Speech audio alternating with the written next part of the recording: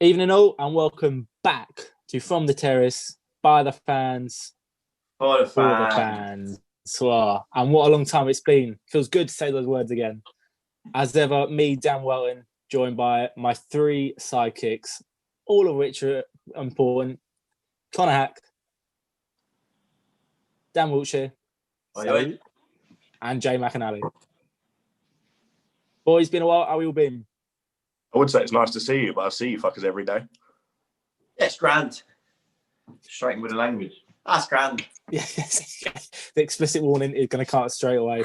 Trust me, mate. Parental guidance is like a Dr. Dre album. Right, we're going straight out the bat. We've got to start straight away from last week, and I don't think there's any dicking about with what's been on. Everything's been spoke about. Everything, we're not going to beat a dead horse anymore. Let's get straight into it. Last weekend, we'll start at Old Trafford. I don't think there's any worse place to start for you, Jay. And the floor is yours. I think you're the only person that can really give us perspective on the whole situation. Whose idea was this? I turned it off, boys. I'll be honest with you. No, we've got the game in general. We've got a distortion, essentially, transfer window for United. Feelings for yourself as a club this season, but what do you think about the performance? What did you see about that performance? I'm starting to think you fucking three have spent 6 months conspiring and just waiting for this moment because this has come out of the fucking blue, mate. You feel like it's an agenda, but it's not. It's. Man United are bad. That's legit.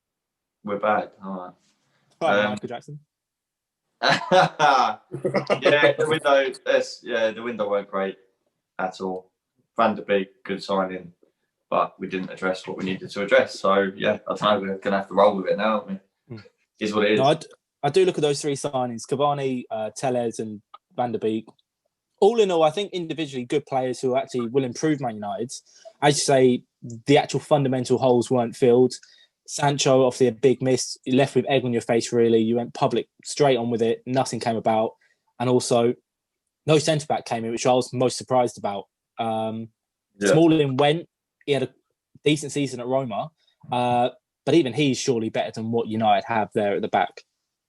Yeah, but it's very, very, very hard for a player who spent 6-7 years at a club to then go out on loan, which basically means you're done at the club, let's be honest.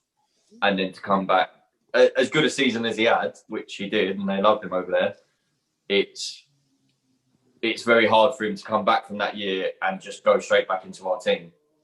So I don't read too much into Smalling leaving. It's more the fact that no one came in, to be honest with her, which the Tottenham game highlighted certain things, but it shouldn't have taken one big loss to highlight the fact that we needed a centre-back. It's been crying out. But he's got talent, he's got pace, and he's got attributes what we feel we need, but he can't stay fit and he's not consistent. So we needed someone to come in and fill that because Lindelof just doesn't really seem up to it. I felt it was coming though. Yeah, 100%, Dan. I think the first two games were warning signs, and I think the third game was proof that defensively you're just not there. We'll go back to the restart. United were flying, really. It kind of reminded us of Liverpool of old when Klopp was there. Exciting to watch and attack, but there was fragile defence, there was fragile foundations at the back. During the lockdown period, was there any hope that actually, if we do get a centre-back in, Sancho coming in, that's us, easy top four fighting for the title? Did you ever have that down, Connor? Did you ever look at United and think, actually, they've got a chance here, even if they were dark horses? I mean, were they really even looking at a centre-back in the window? I don't remember them being linked with many concrete. It seemed to be Sancho or nothing for a majority of the window. And then you had a few links here and there, and then all of a sudden, Cavani was coming in as their attacking option. I think Tellez is a very good player for Porto. And United had to improve at left back as well, because I don't think Luke Shaw is good enough for United. Brandon Williams looks a good prospect, but he needs someone ahead of him. And I think Tellez is a good signing. But again, if I was United, I think you've got enough going forward. They would have stopgaps though. Yeah, I mean, Tellez isn't really old enough to be a stopgap. Cavani, definitely. I don't think they needed to look at forwards. I think they could have waited another year before looking at forwards. But they came out and spoke about not getting Solskjaer's first choice targets. I think Chilwell was a target. 100%. Yeah. I think we've got him. Yeah. That's big. That's just the truth. So they went for Terrace, which we were obviously being spoke about moving forward as well. They went for Sancho, obviously didn't get. Last minute they panicked. Obviously Cavani's an interesting signing, but he's not anywhere near the level that you're probably looking at for a summer signing. Going into the summer, they're never looking at someone signing a 33-year-old, 34-year-old, whatever he is, 33-year-old striker as the sort of moving forward as a club. So I think at the end of the day, they've got the transfer window very wrong. And I think that the blame lies at the board level, which has been for the last. It's Woodward and above for sure. 2-3 years at the club, maybe longer. 7 years. Well, what about Woodward though? Because playing devil's advocate here towards you, Jay. After Fergie left, Moyes' transfer window was awful. Just got Fellaini in. After that was Mourinho and LVG, especially. Every big name you wanted, you got. Last summer, you got AWB, you got Maguire, you got the players you wanted. Pogba. What is it about Pogba as well? But what is it really with Woodward that isn't going right? It's not about name; it's about strategy. Sanchez, they beat City 2. Fred, they beat City 2. Yeah, but there was no strategy, and that's why this window really fucking frustrates me, because over the last 2-3 windows, we've actually started to put in some sort of strategy. Whether I believe that AWB is not a big player, he's a player for the future. He's not a big name, but he's a good signing. Maguire, obviously, we spent a lot on him. We spent way over the odds, but we needed a centre back at that time. The other one is Dan James. Like, he's a young British player. Like, we started to go down a path, whether we were buying the right players or what.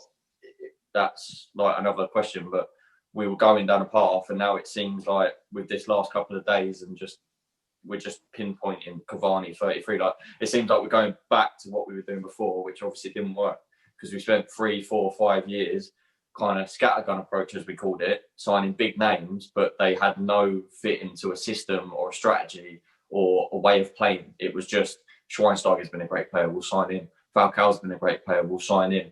Di Maria's been a great player, we'll sign him. None of them integrated into a style of play or a system, and there was no identity. We came away from one identity, which has become a big word in football over the last 10 years. It doesn't appear to have been a plan in place at United for a little while. Doesn't appear they've gone into a transfer window and said, this is what I suppose last year did. They addressed problems that they thought, okay, this is what we need. But most of the transfer windows, it looks like they're just going for, like Jamie said, the biggest names. Essentially. They're not saying, okay, this is what we need, and this is the player that we're identifying. It's like, oh, who can we beat? Oh, we beat Man City to that player. We'll pay over the odds for that one, because obviously we want to get him in. But it never seems like they've ever got a sort of a set plan, which has probably been the case with a few clubs, which is where you see with Arsenal this season, where they've come out and said, we've got a set plan, this is the team we want, and in a year's time, this is where we're hoping to be. Chelsea, at the same point, couldn't spend any money, come out this season and said, well, this is the areas that we feel like we need to address. We spent big on them, but we feel like that's going to improve our team. And then next year, potentially look at other areas. That's why a club runs from the top to the bottom. That's what happened with Liverpool when they brought in Alisson, they brought in Van Dijk, they brought in areas for Fabinho where they needed players. Where it's like, yeah, let's address that issue now. Let's spend big, but get the right players in. And that's how a team is successful from top to bottom. So, as you say, I think that's a perfect example you just used there with Liverpool. As you look at all of them, they are all in contingent. They've all got the plan. They've all got the same idea. With United, Glazers, Jay, do you think they're going anytime soon? Because if they're not going anytime soon, can you see Woodward going anytime soon? So the only interchangeable person really there is the manager. So with every manager that comes in, will it be the exact same merry-go-round? Probably. I think the biggest signing we need to make, we can talk about issues on the pitch, and there are issues on the pitch, and there are areas of the squad that we need to address, and we haven't. But the biggest signing we need to make is a director of football. We need someone that needs to come in and help Solskjaer, because at the end of the day, football's very, very different to what it was 10, 15, 20, 25 years ago. You can't have one man running a whole football team like Ferguson did. Obviously, we had Sir Alex, so he ran the club from top to bottom with the help of David Gill.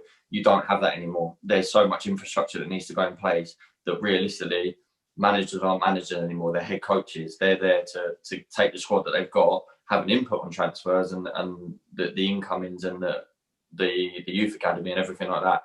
But realistically, they're there to coach what they've got and help with those other decisions. You need a director of football that understands football, that's going to help get those signings over the line. Like Chelsea have got with Petr Cech, like Arsenal have got with Edu, like Liverpool brought in as well.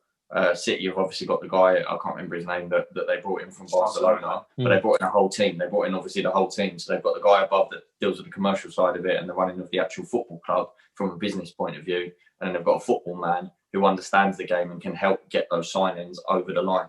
We don't have that.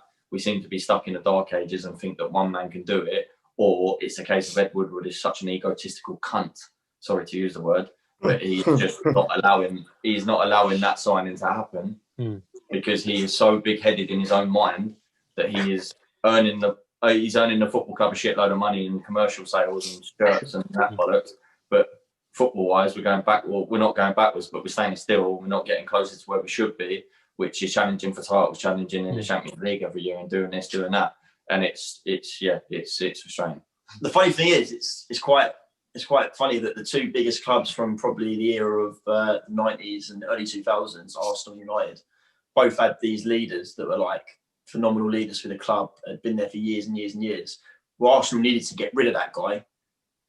United have never recovered from getting rid of Sir Alex Ferguson leaving. Yeah, it's quite interesting that Arsenal have like tried to just get away from the Wenger era and tried to like get themselves back in a place where they're on the right track again. Whereas United, Ferguson's left and they've just been in disarray since. And I can't believe how long it's taken this club of this stature to recover from that guy. Well, this is the thing. It wasn't what people forget and what people tend to look past is the fact that the same time Fergie left, David Gill left. Yeah, they were a team. They were in tandem and they worked so well together. They got they delivered championships, they delivered good football, they delivered signings on a regular basis, they delivered a continuity and a progression every season. We needed 1-2 players, they got them in. Now it's turned into that scattergun. It's turned into who's the biggest name we can sign. Yeah, it was that for 5-6 years. That's what's so frustrating about this summer is the fact that over the last 2-3 windows, we've actually come away from that sort of approach, which really seemed out of sorts. We've actually started going down a path which seemed to be not working, but progression. We were signing young, hungry players that wanted to come and play for the badge, wear the shirt, proud to wear the shirt, not just there for a pay packet. And then this summer, obviously, it's got to a point where we've pinpointed certain areas, certain players.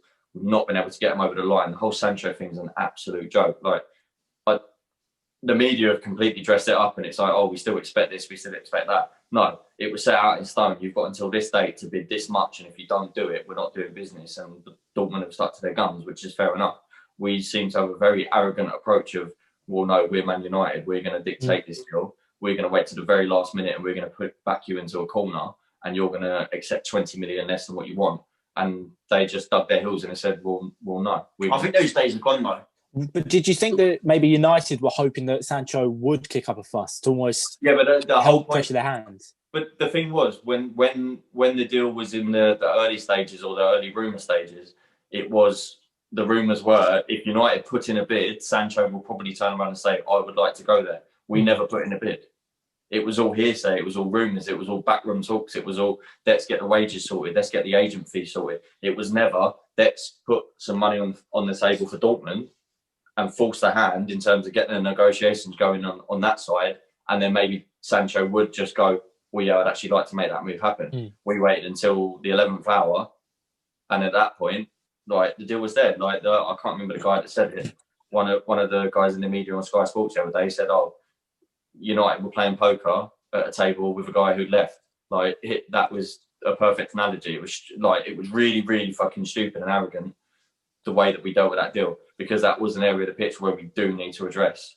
We do need a player, and it was a very, very good player. And now we've lost that player because, in my opinion, it's going to get to next year. He'll probably have a good season. He's still going to be a very good prospect, but next year the world might have reset. Finances might have reset. Football might be back to where it was 18 months ago.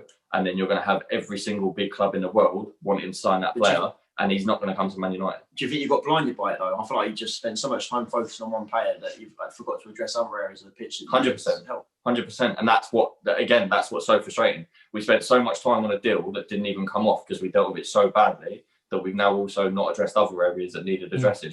That's what most of the fans are saying. If you have a look at it, most of the United fans that are complaining about it, they're not complaining that they didn't get Sancho.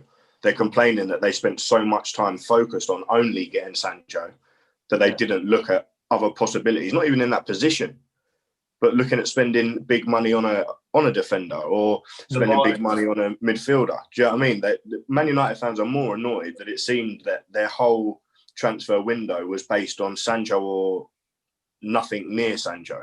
Yeah. Seems Koulibaly was there for the taking this summer. Seemed like waiting to come in for a bid. That must be one of the most frustrating things, that you're willing to offer 100 million for one player, but you didn't get that player, but that 100 million hasn't gone elsewhere in the team. It's been 30 mil on Van der Beek, probably similar amount of money for Tellez, and then Cavani on a free. Where's the extra money? We've spent 54 million in total, I think, on the free players. Yeah, it was a matter of time taken, focusing on a signing that, in my opinion, could have been dealt with and done a lot earlier. We could have had Sancho on the 1st of August in our team, signed up, done for the money that they wanted. It was all just really shambolic, to be honest. Even the last minute, we put one bid in of 92 million or something the day before the deadline, and then they obviously said, "Well, no, you dickheads. We told you that you've got until this date to do it, and you've got to pay this much. You're now 6 weeks later, and you've bid 20 million under what we wanted. So piss off."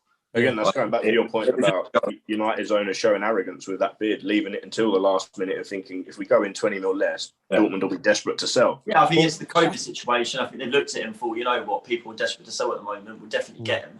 Whereas I really rate what Dortmund did. I actually think it's great of them to turn around and say, you know what, no, you're not having it.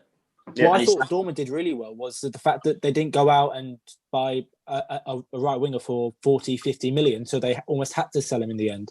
They kept their cards close. They said, look, if you want him, that's how much. I'm sure they probably had targets in mind to get once that money came in. They didn't spend that money before they had it. And I think that was probably the smartest thing they could have done, because then they weren't left pressured in the situation and thought, we still need a right winger. That's fantastic as well. They didn't want to leave it to a point where it comes to October where they have 5 million in the bank, and then they go to people to sign players, and they've got to pay 20 million over the odds to get them. The stupid thing is, Dortmund will get 100 million for Sancho. This is where United are really, really stupid. We can talk about the price, we can talk about this, we can talk about that. We are going to get to next summer. This is exactly what's going to happen. We'll get to next summer. Sancho will leave Dortmund. Dortmund will get 100 million pounds for him, but he will not go to Man United. Man United will still be in a position where we've got a very young Mason Greenwood filling that role on the right, who is a very good player and will be a top player, in my opinion, if he keeps his mind right. But we probably need competition, and we need someone that allows Mason Greenwood to come in and out of the team, challenge Martial as a centre forward. Basically what I'm saying is we're still going to need that right winger. Sancho's going to go somewhere else because United are not the best option. Well, next year, Liverpool, Barcelona, Madrid, United won't be the best Bayern, all going to be able to spend, and we're all going to want to improve in areas. So we've missed that player. We're going to end up with a substandard player in that position where we could have just gone, right, there's the money, this is what you want, put the extra 15 million pound down, and we'll take the best player available for that position. Barcelona could be looking at replacing Messi next season. If rumours are to be true, next year they're going to be looking to replace Messi. Who's better to replace him than a young English talent? Yeah. Good commercial value. Yeah. Well, just lastly on United, where do we think they're going to finish in the table then? Say again. Where do we think they're going to finish in the table then? Fourth. We'll still get fourth. We've still got the quality above other teams.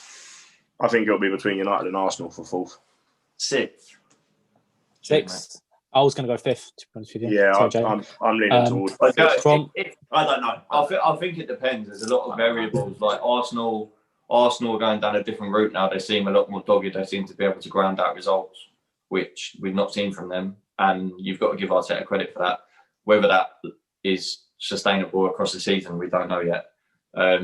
Tottenham are a bit of a mystery in terms of when Bale comes into the team, what formation they're going to play, how's Gareth Bale going to perform, can Son and Kane carry on this form that they've got at the minute? They could be a real problem. Leicester look good at the start of the season, barring that game the other day. Fucking Everton. I don't see them. I won't speak too soon about them. I don't see them being a threat. But well, from one team that had quite a poor transfer to a team that arguably could have, potentially how they do the season, won the transfer window. Moving on to Chelsea, your boys, Dan. Looking at the transfer window they've had, the start they've had hasn't been convincing, but early days for everyone. Everyone's settling in. There's not going to be a lot of time for coaching this year for Frank because it's such a short season. It's going to be game, rest, training, game. Looking at the Palace result, it was a good result, and I think the result probably did more for the performance and the performance itself. How are you feeling your boys are going to be with Europe and the Premier League this year, the new boys coming in? What are you making of yourselves? The business we've done, I'm happy with, very happy with. I think it's going to be a work in progress with us, and I think it's going to take probably until about November, December, where you're going to see the proper Chelsea playing football. We're missing Ziyech, Pulisic, which, whatever way you put it out, we've got new players that have come in, but I'll be honest with you, if you're talking about players this season, Ziyech is the one player that I think is going to be the player of the season for us. Because the geezer's ready-made. He's ready-made already. Like, he's 28 years old. He's in his prime, basically. These other ones are young players that are work in progress. Yeah, they're coming into a new league. You've got to remember the German boys coming from the Bundesliga to the Premiership. No pre-season, getting up to pace, so we'll give them time. Ziyech played in the Champions League, got pedigree. He's got a wizard left foot, and I just think with the players around him, he's gonna be a threat. So I think when them players come into the team, Pulisic, Ziyech on either side. You've got Havertz playing in his probably preferred position, which is probably a number 10 role, with the other players as well.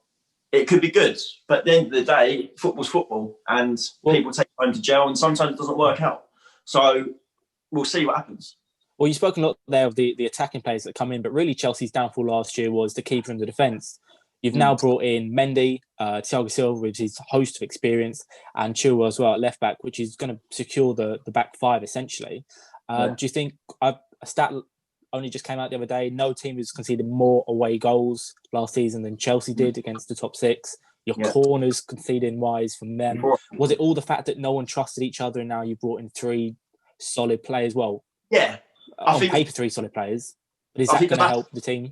The massive issue started from the keeper. I think his confidence was low, and when you start from the back, moving forward for a team, that keeper plays a pivotal role in how the defence moves. You know, everyone needs to be communicating together, and he is a pivotal point of the team. He sees everything. He sees the whole pitch, and he's a vocal point. So if he's not confident and he's not vocal and he's not collecting crosses and he's not a dominant figure, it then breeds sort of fear in the rest of the back line, and everyone's sort of questioning everything. Remember, you only had Aspilicueta last year, really. He was of any sort of calibre of pedigree. The rest were Zuma, Christensen, Tomori at times, and Rudiger goes okay, but he's still fairly new to the league and is not probably as good as he could be. And then you've got Alonso and Emerson on the left back position, which ain't much cop at all. You put that all together, that's a recipe for disaster. What we've done is put in Chilwell, Silva, who's obviously amazing. He's got trophies upon trophy upon trophy upon trophy. It's been there for years and years and years.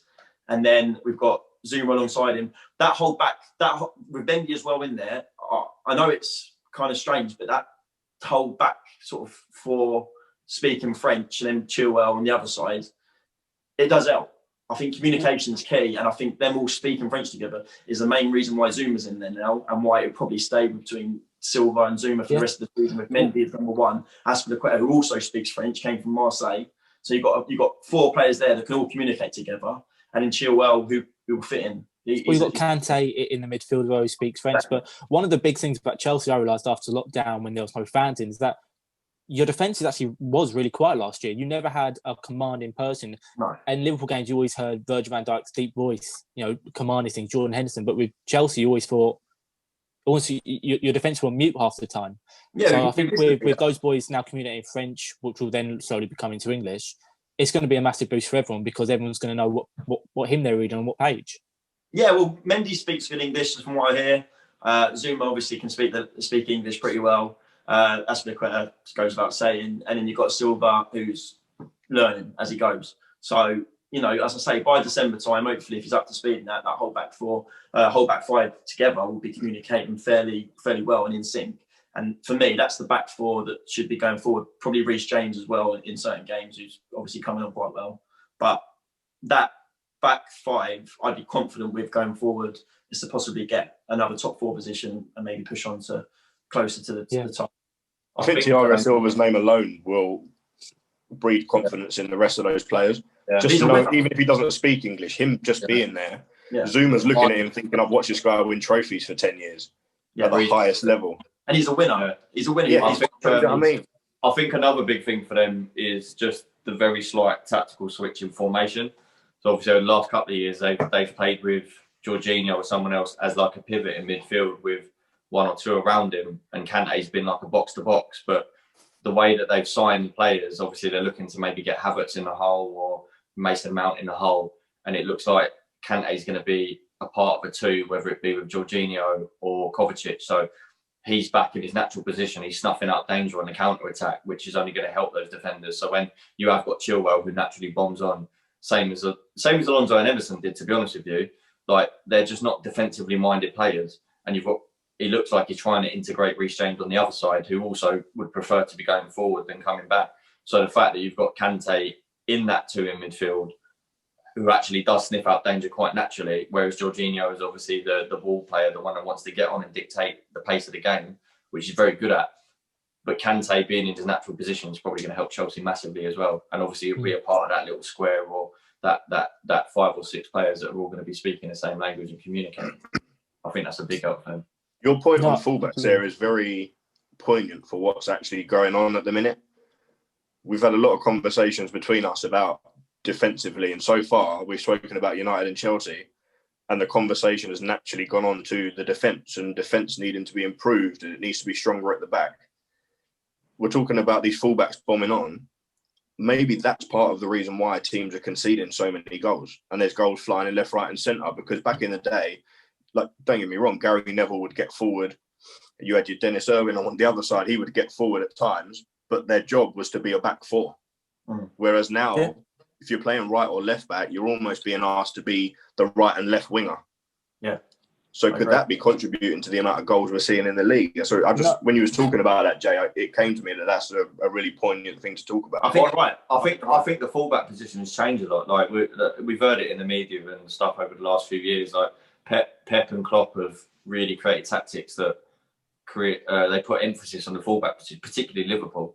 Like Pep's obviously a bit of a genius, and he comes out with these mad ideas where he puts Kyle Walker or Cancelo, and they come into centre midfield or whatever. Yeah. And he can play the team for the midfielders. Then the other two split. But with Liverpool, their midfield obviously is slightly different with the signing of Thiago, but their midfield over the last couple of years it's not been a case of get the ball into midfield and they'll feed the front three. It's been a case of let the midfield hustle and get the ball back. It's defend from attack, really. Yeah. People so far up the pitch that you don't have to defend because you push them, pin them back to a point where it's risk and reward. Liverpool's fullbacks are the ones that get the most assists in that team. When you break that press, you'll see just how many teams have success against these teams. Once you break that press, they talk about it all the time. You break that high press and come through into the rest of the pitch and get in behind them. That's when you really hurt these teams. That's what we saw at the weekend. It's high risk, high reward. You win the ball that far up the pitch. Yeah, we saw Liverpool last 18 months, 2 years, almost perfecting that. And then come Sunday, we've seen that Liverpool were absolutely destroyed by that, really, in the end. The fact that you saw the isolation of 2 centre-backs. Fabinho was completely, looked like Bambi on ice at times. He was just lost out there. And obviously Adrian not helping. But what you say there, Connor, and boys, absolutely spot on. You know, we've got fullbacks who aren't being defenders anymore. They're almost being extra midfielders. And that, you know, it hasn't come along often. It's more of an exception to a rule with Liverpool. But they got bitten badly. For that to be successful, you need what we've had. Wijnaldum and Henderson playing in that midfield three. Like Jay said, they're not going to pick a pass 9 times out of 10 or break through a defence and break the lines. Their main job in our team is to cover the left and right back when they bomb forward. So if Robbo goes, Wijnaldum's job is then to come in and become the left back, and Henderson on the other side for Trent. Well, I think it's against that's Villa where on Sunday, we didn't have that, and that's why we got exposed. I think when Henderson doesn't play, Trent is never the same player, because when Henderson's there, and it's always quite difficult to explain to people when they say, well, Henderson will be first out the team with Thiago. I don't think people really see the actual what Henderson actually brings to that team other than just the voice. His, he always sacrifices his own role to allow Trent to go forward. Every single game you've probably watched of Trent where he's been 9 out of 10, 10 out of 10, barring probably 5 or 6 of them, Henderson's been on the field because he's allowing him to make that run up there. He's allowing him to give him the space and also the security to know that if I'm caught out, I've got Henderson there running straight back at them. Maybe Henderson, maybe this is why we get sort of weird about players, that we say, like, oh, maybe I don't think Henderson's as good as people say it is. But maybe in the modern era, Henderson's exactly what you need. Whereas maybe 10 years ago, Henderson probably wouldn't have fit into that midfield of Chelsea. No, you're absolutely right. We'd never been in sort of place like that. Now he does a job that just allows, like the 3-4-3 that's coming into the football at the moment. We're playing like 3 centre backs. I mean, people that just defend and then attack. It's like defend, attack. You kind of miss out midfield these days. It's kind of like, I know you don't miss out midfield, but it's kind of like a those two bypass. You know, it's all attack or it's defence. The game's not controlled like in years gone by, and to an extent now, but not as much. Games are won in midfield. I've always said it. But with that 3-4-3. The two midfielders that are sat in the middle, they're not there to dictate the game. They're there to cover those two on the side of them that are actually used as the attacking forces, because it allows those two wide forwards to come inside, get involved with the striker, and you end up, your 5 attackers are actually your 3 forwards and your fullbacks. It's not a midfielder breaking the lines and getting in the box deep or late anymore. Sorry, like Lampard used to be so good at. It's very, very different now, because it's more emphasis on getting wide, getting the wide forwards into play to load the box, whether it be at the back post, whatever. And the fullbacks are the real creators now, and that's why Liverpool are so good. That's why City are so good. If you watch, the game last season, PSG, Atalanta do it so well. Bayern, who eventually won it, all of them were conceding chances. There wasn't one team there. PSG, Barcelona, Man City, even every single one of them were conceding chances because they knew they had the power attack to actually say, "Go on, punch us once, we'll hit you on a 1-2." Yeah, and that's exactly how it unfolded in the end. Yeah, I think the best teams with the best tactics, and we saw it with Barcelona a few years ago. When they lose big. Because it's a case of their tactics being found out. Like we saw it when Barcelona got absolutely tanked by Bayern a few years ago in the Champions League. It was like 7-1 on aggregate or something like that. Like their tactics got found out, and those things, it's high, as Connor said earlier, it's high, or Dan, I can't remember, high risk, high reward. So obviously 9 times out of 10 you're smashing the other team, but then that one time where you do get found out, and Liverpool found it the other day, you're going to get whacked as well. I'd be very interested to see a stat of how many goals of this sort of last probably about 4 years are scored from goals from the byline, where it's a winger overlapping a right back, or a right back overlapping a winger, getting to the byline, putting the ball across the box, which Man City have been the masters of. And Bayern Munich, I saw against Barcelona when they destroyed them, it was the fullbacks or the wingers getting to the byline, getting to the box, putting that ball across the box, and just scoring simple goals. It's just pure pace and power into them areas where you can really hurt a team. Yeah. No, absolutely. I think one of the other points I wanted to move on to, because Liverpool and Man City have been the talk of the town for everyone, but the top 2 at the minute, we mentioned Villa there, and obviously Everton we mentioned briefly earlier.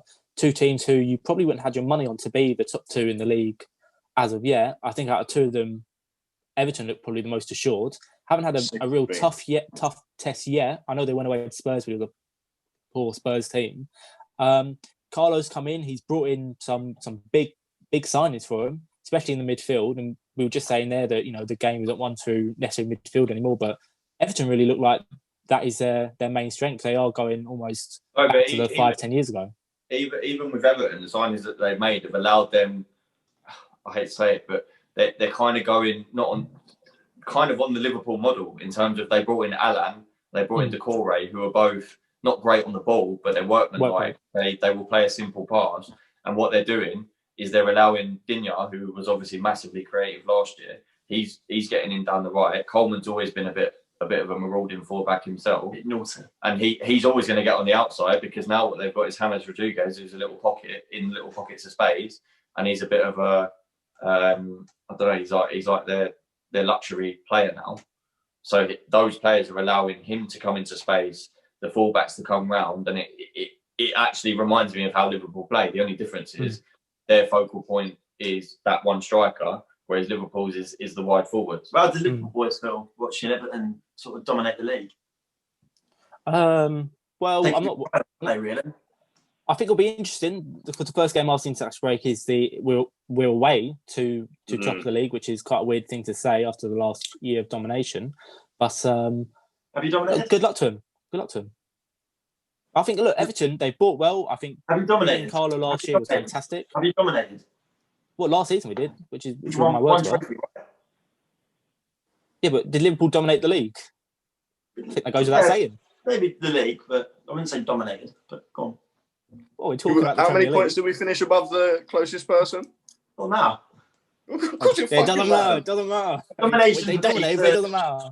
Domination for me is a couple of trophies under your belt, but well, you know. Yeah, well, like the Champions League the year before. It's the year before, mate. It's the You year said What before. about the before Super the Cup and the trophies Club under your World belt. Cup? Super Cup and Club World Cup. No, You don't didn't want mention to the bring it Club up World because poor Cup, boy Walter. Chelsea lost it. We Don't won the mention the Champions League Club in World Cup. 2012. I don't keep bringing it up. Okay. Well, you got a tattoo.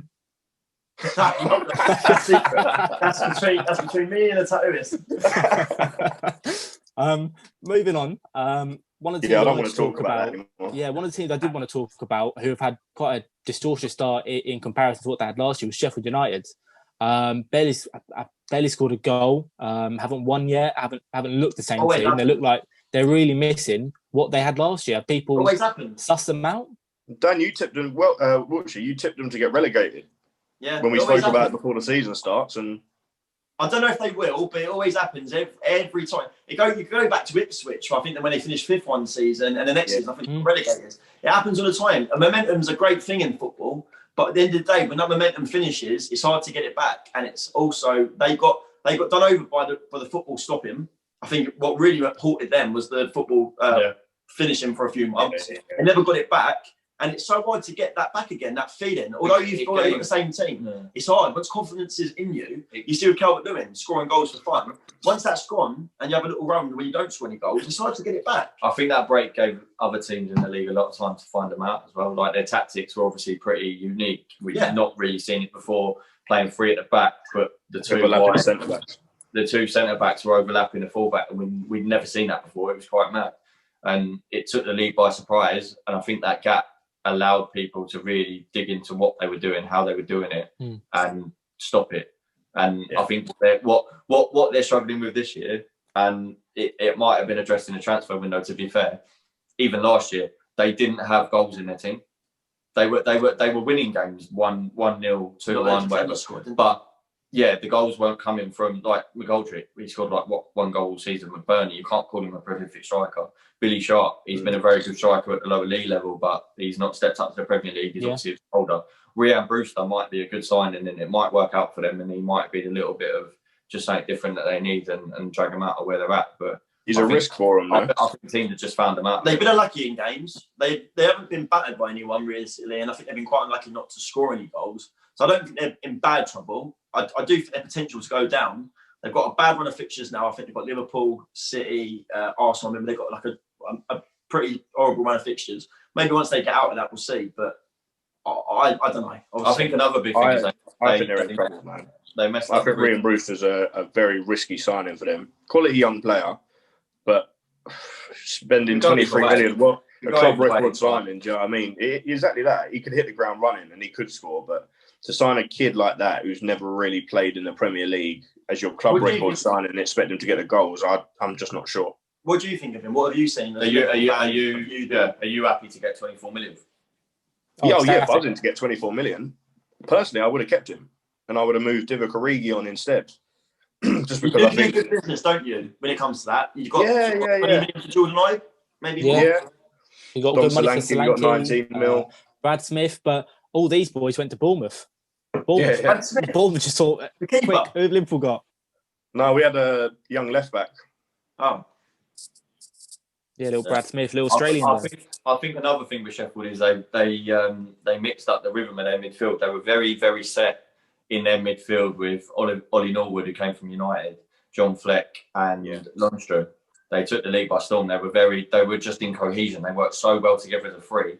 And then they signed what's his name, Berger, for 23 million or something like that. He was a club record signing, and there's almost instant pressure to play that geezer because he's cost so much. And it's kind of just taken pushed away. Lundstrom out, didn't it? Yeah, it's taken the cohesion away from that this season. Fleck, I don't think Fleck's played a minute yet. I don't know if he's injured, but Ollie Norwood's been in and out of the team. They've had that. What's his name? Is it Robinson or no Osborne? Osborne's played. Osborne, yeah.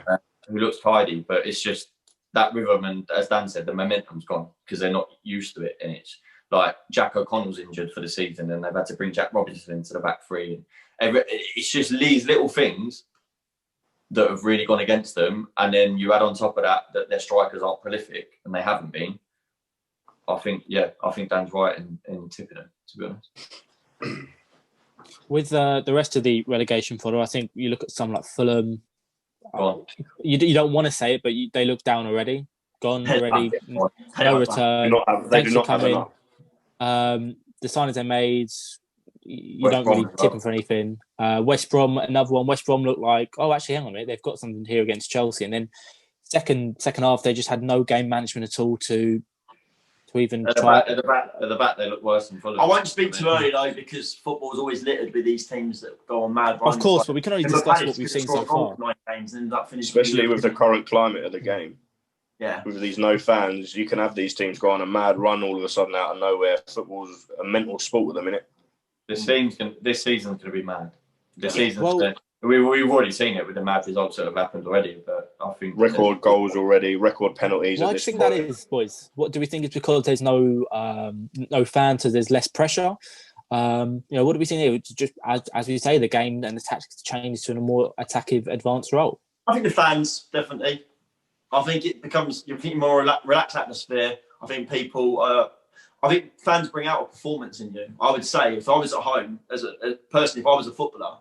And I was playing in front of 30,000 people, whatever they play in front of, and all of them people were willing me to do well, I'd probably up my game. I feel like I had to, otherwise I'd be absolutely that extra, like, 15, 20%. They haven't got that feeling anymore. They haven't got that pressure on their backs, right? It's like thing. So maybe it just breeds an air of sort of relaxation where they just think, oh yeah, maybe I don't know what it is, but it just doesn't seem the same. I find it weird because I think this situation.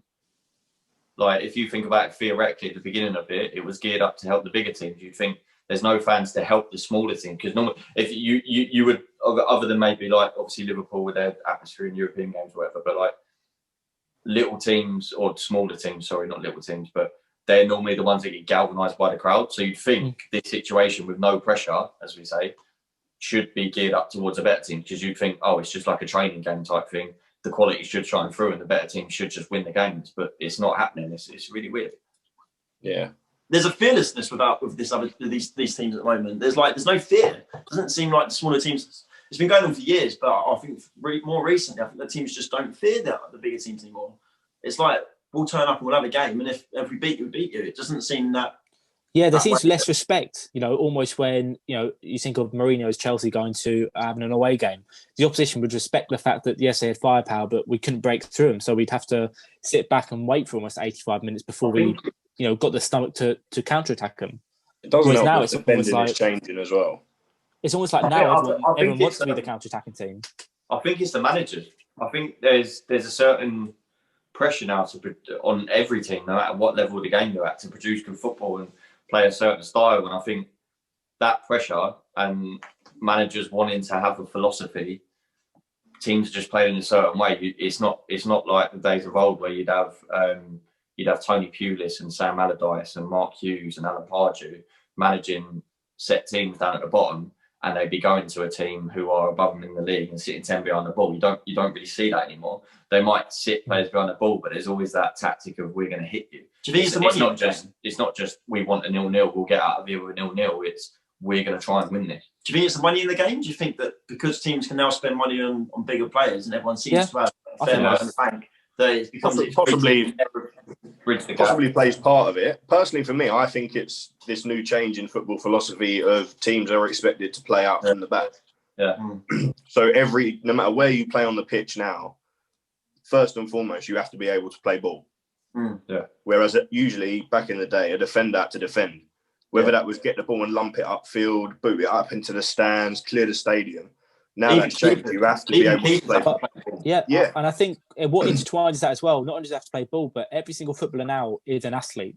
They're not just someone who's very good and, you can almost give away being a couple pounds overweight because you could just hoof it up there and almost bypass that person. Now, every single person is an athlete. Every single person can go for 60, 70 minutes at least. Strong, whereas usually you see teams are as fade intelligent away. as they used to be. Well, they don't almost don't have to I don't be. think they are. People like John Terry could read the games.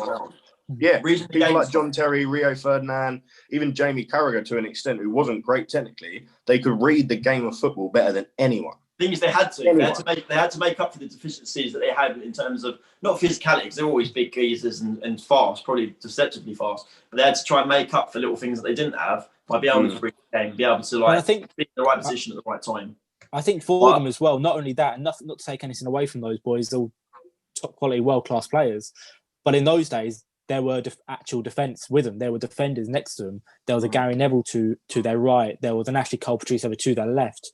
Whereas now, especially with centre backs and even holding midfielders, you don't have that security of knowing I'm out of position here, looking to my right. It's like Gary's got me. Yeah. We know what we're doing here. And I think that's changed as well. Yeah, tactics have changed. So when Rio was playing and Terry and Ledley King, Vidic, and all these Carvalho, 1-0 was good enough. Well, it was that, but they were always up against one man, so it would be it was pretty much 4-4-2 versus 4-4-2 until Jose came in like 04-05 and 4-3-3 started to come in. They was very much I've got one man to mark, so John Terry would be marking Andy Cole, and that would be his man for the day. Whereas then 4-3-3 come in and all these different formations come in. Kind of changed all of a sudden they had one man between three players. One man between three players, and it was like I think tactics have caused a bit of confusion with defenders, and it has made it a lot harder for them. There's an air of unpredictability in attacking now, whereas back in the day it was literally they get the ball to the wingers, they'll get down, there might be an overlap, we'll whip across it and we'll try and head it in, or we'll go down that way. But now it's very unpredictable. So I think it's harder. Before we do go, boys, I thought maybe we just add something onto it. Just lastly, a little bit of fun, something I've seen online, which I thought we could intertwine here and make our own, because since everyone steals off us, we can steal off them. Yeah. It's the start one, bench one, sell one. And this time we're going for keepers. And what I'm going to do is each week we'll start with keeper, then I'll go right back, centre back, left back, and so on. And we'll build a team and bench from that. So with the keepers, we've got... like that.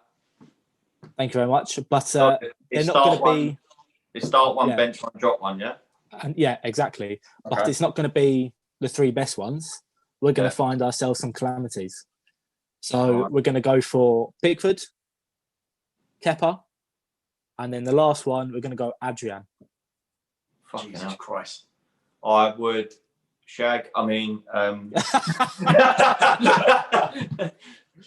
oh, fucking hell. That is off. Let's go. I'd drop Adrian. I'll tell you that straight away. I would start.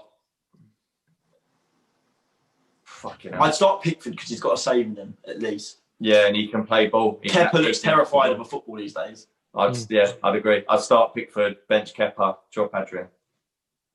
Right, so there you have it, boys. And that hurts me to say Pickford, that, best in the world. I hate Pickford a lot. Yeah. What we'll do, boys, is a quick word on England as they played last night, just before we do end it. Last year, we had a couple of conversations on what we would do with the Euros. Obviously, the Euros didn't happen in the end, and we've now got another season before we go ahead. A lot of what we said last year was based on, well, there's no point changing it now because at the end of the season, we've got the Euros. Why change it now? But have we got an advantage now where we can actually look at someone like Pickford or whoever and go, maybe now is the best time to drop them and put someone else in? I think Grealish is someone who we can... What I have noticed and what I enjoyed last night was it feels like we've got players that are genuinely happy to wear the shirt now. And genuinely, it's an honour for them. Yes, he's back. Yeah, I've been here, mate. I've been here listening. It's genuinely an honour to wear the shirt now. I saw Cody last night when he scored, the draw in his face. We haven't had that for a while. It seems like everyone was turning up for England where it was like, is their right to turn up for England because they play well for their clubs. They're a big name. Like it's my right to turn up for my international team. Yeah. Whereas now it's like we've got players that are knocking on the door that it's like, no, I want to play for England. I'm happy to play for England, and like I want my shot. And Kelvin, Cody, people like Ings, well, those boys have probably looked at it their past couple of years and thought, well, I'm never going to get the chance. I'm never going to get the chance because I played for Wolves a couple of seasons ago, won anything. Everton been in the wilderness. Danny Ings had been on Liverpool's bench and injured. Yeah. So these boys are probably thinking, wow, this is actually my chance to show. I've always wanted to do this. So it's not like, as you say, people were just almost given a God-given right because they played for a good team and they were just expected to turn up. these boys never expected to get an England cap or as many as they have. So for them to go out and score, you almost feel a bit bad for Cody that there was no fans to enjoy it with him. I love it. Even though everyone was there cheering at home, he probably deserved out of anyone an atmosphere there to soak up. I think if we play three at the back, Connor Cody has to be the sweeper. He has to be that centre point of the three at the back. He's without a doubt. Connor Cody, right? He's just I don't know to interrupt him, but he was just like he's not really on Instagram. Like I tried to add him last night on just like from the Terrace account and just sort of like go on his account. He hasn't got a Instagram that's got millions of followers. He's got 900 followers, but he's probably all handpicked or whatever. They're probably all his mates and that. He's like literally old school.